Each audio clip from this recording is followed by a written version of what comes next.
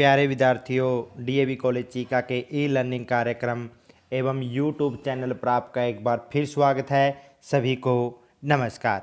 आज हम बीए द्वितीय वर्ष के पाठ्यक्रम का अध्ययन करेंगे और बीए द्वितीय वर्ष में हम भारतीय राजनीतिक विचारक विषय पढ़ाते हैं, जिसमें हमारा आज का टॉपिक है डॉक्टर लोहिया जी के समाजवादी विचार। आज इस वीडियो लेक्चर के माध्यम से हम डॉक्टर राम मनोहर लोहिया जी के समाजवाद संबंधी विचारों का अध्ययन करेंगे। अपना अध्ययन शुरू करने से पहले मैं सभी विद्यार्थियों से निवेदन करता हूं कि आप डीएवी कॉलेज चीका के यूट्यूब चैनल को ज़्यादा से ज़्यादा सब्सक्राइब करें। अगर विषय से संबंधित आपका कोई प्रश्न है तो यूट्यूब चैनल पर कमेंट के माध्यम से, व्हाट्सएप ग्रुप के माध्यम से या फिर टीचर से ई कॉन्टैक्ट के माध्यम से पूछ सकते हैं। प्यारे विद्यार्थियों, डॉक्टर राम मनोहर लोहिया जी एक महान राजनीतिज्ञ तो थे ही, इसके साथ साथ वे एक महान समाजवादी नेता भी थे, जिन्होंने न केवल भारतीय स्वतंत्रता में ही महत्वपूर्ण योगदान दिया बल्कि राजनीतिक एवं सामाजिक व्यवस्था को भी एक नई दिशा देने का प्रयास किया। लोहिया जी जहां मार्क्सवादी व समाजवादी विचारधारा से प्रभावित थे, वहीं उन पर गांधी जी के विचारों का भी पूरा प्रभाव था, परंतु उन्होंने किसी एक विचारधारा पर बल नहीं दिया, अपितु इसके संबंध में उन्होंने तत्कालीन भारतीय परिस्थितियों के अनुसार अपनी एक अलग विचारधारा को जन्म दिया, जिसे वर्तमान भारतीय राजनीति में लोहियावादी विचारधारा के नाम से जाना जाता है। लोहिया जी ने अपने जीवन काल में अनेक महत्वपूर्ण रचनाओं की रचना की, जिसमें Namak Satyagraha, the wheel of history, the caste system, Marx, Gandhi and socialism इत्यादि उनके महत्वपूर्ण ग्रंथ है। राम मनोहर लोहिया जी ने नमक सत्याग्रह, साल्ट सत्याग्रह पर अपनी पीएचडी की थीसिस लिखी थी। और राम मनोहर लोहिया जी के अगर हम समाजवादी विचारों की बात करें तो मार्क्स, गांधी एंड सोशलिज्म में उनके समाजवादी विचार स्पष्ट रूप से देखे जा सकते हैं। इन कुछ बिंदुओं के आधार पर हम लोहिया जी के समाजवादी विचारों का अध्ययन करने का प्रयास करेंगे, जिसमें हमारा नंबर 1 पॉइंट है नवीन समाजवाद की स्थापना। समाजवाद के संबंध में प्रत्येक भारतीय अपना तर्क प्रस्तुत करता था। डॉक्टर लोहिया जी एक ऐसे समाजवादी चिंतक थे जो समाजवाद की अपनी कल्पना के विषय में न तो किसी पूर्वाग्रह से ग्रस्त थे और न ही इस बात के लिए चिंतित थे कि किसी महत्वपूर्ण लेखक ने उसके बारे में क्या लिखा है।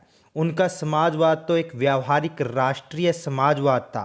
वह समाजवाद के प्राचीन मॉडल अर्थात मार्क्सवाद को उसी रूप में स्वीकार नहीं करते हैं और न ही गांधी जी द्वारा दिए गए समाजवाद को उसी रूप में अपनाते हैं।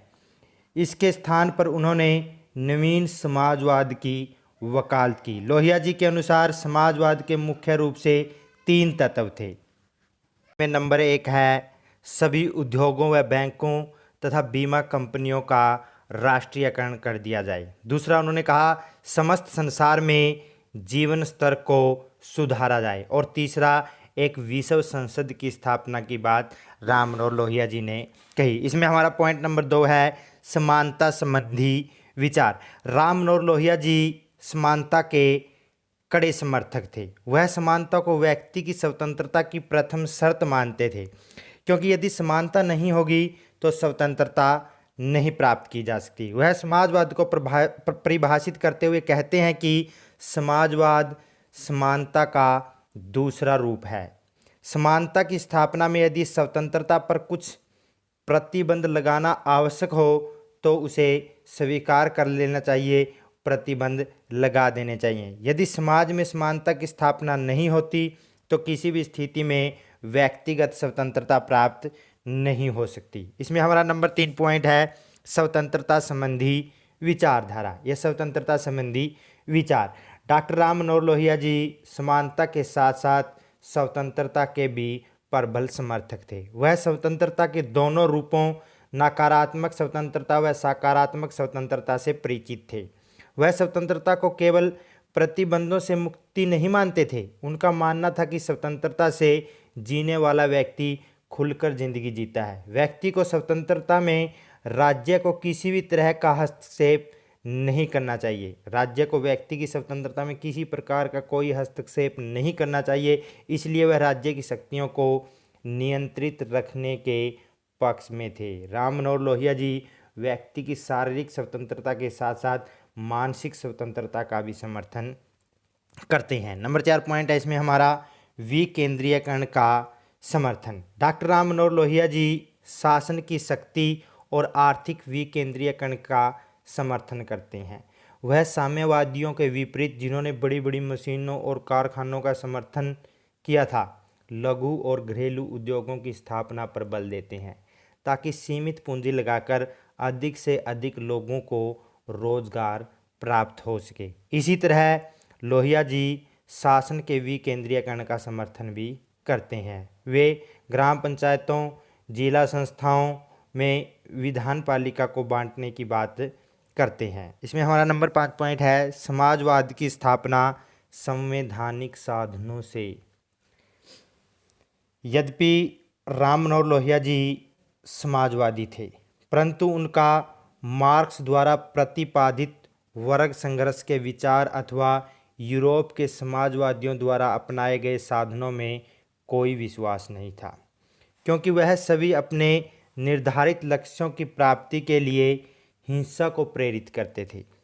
डॉक्टर राम मनोहर लोहिया जी पर और उसके विचारों पर महात्मा गांधी जी का बहुत प्रभाव था। इसलिए राम मनोहर लोहिया जी ने हिंसा को छोड़कर अहिंसा, सत्याग्रह इत्यादि के द्वारा और संवैधानिक साधनों द्वारा समाजवाद की स्थापना पर बल दिया। इसमें हमारा नंबर 6 पॉइंट है नियोजन पर बल। डॉक्टर राम मनोहर लोहिया जी एक इतिहासकार, राजनीतिज्ञ थे, परंतु उन्होंने समाजवादी विचारों का काफ़ी अध्ययन किया था और सोवियत रूस में इसी सफलता को देखा था। वह भारत में विद्यमान आर्थिक विषमता को समाप्त करने के लिए नियोजन का समर्थन करते हैं। उनका विचार था कि नियोजन के द्वारा सीमित संसाधनों के द्वारा सीमित समय में निर्धारित विकास के लक्ष्य को प्राप्त किया जा सकता है।